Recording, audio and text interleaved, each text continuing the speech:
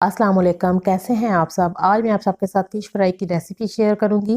बहुत ही इजी और perfect fish fry की ये रेसिपी है और इतनी मज़ेदार फ़िश बनती है कि इसे खाने वाले हाथों को रोक नहीं पाएंगे।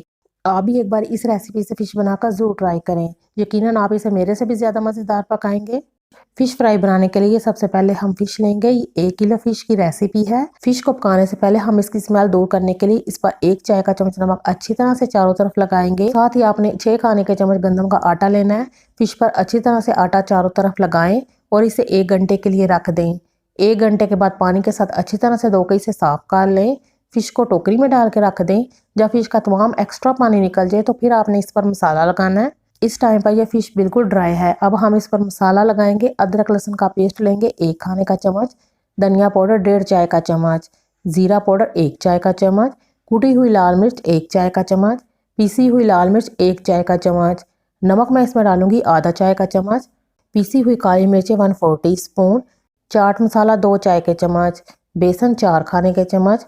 बेसन को एक बार छान कर फिर इसमें ऐड करें। बेसन ऐड करने के बाद कॉर्नफ्लोर इसमें डालेंगे 4 खाने के चम्मच, काला नमक आधा चाय का चम्मच, अजवाइन 1 चाय का चम्मच हाथों में अच्छी तरह से मसल कर डाल लें। 1 खाने का चम्मच सफ़ेद सिरका डाल दें। आप सिरके की जगह इसमें नींबू का रस भी डाल सकते हैं। अच्छी तरह इसे मिक्स करें और थोड़ा सा पानी डालकर इस तरह का गाढ़ा सा पेस्ट बनाएं।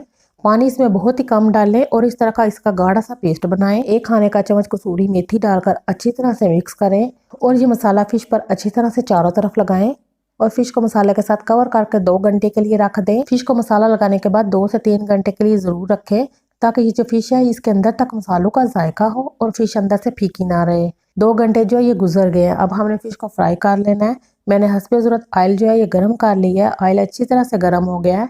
अब चूल्हे की आंच को दरमियाना कर देंगे। कढ़ाई में फिश डालकर इसे फ्राई कर लें।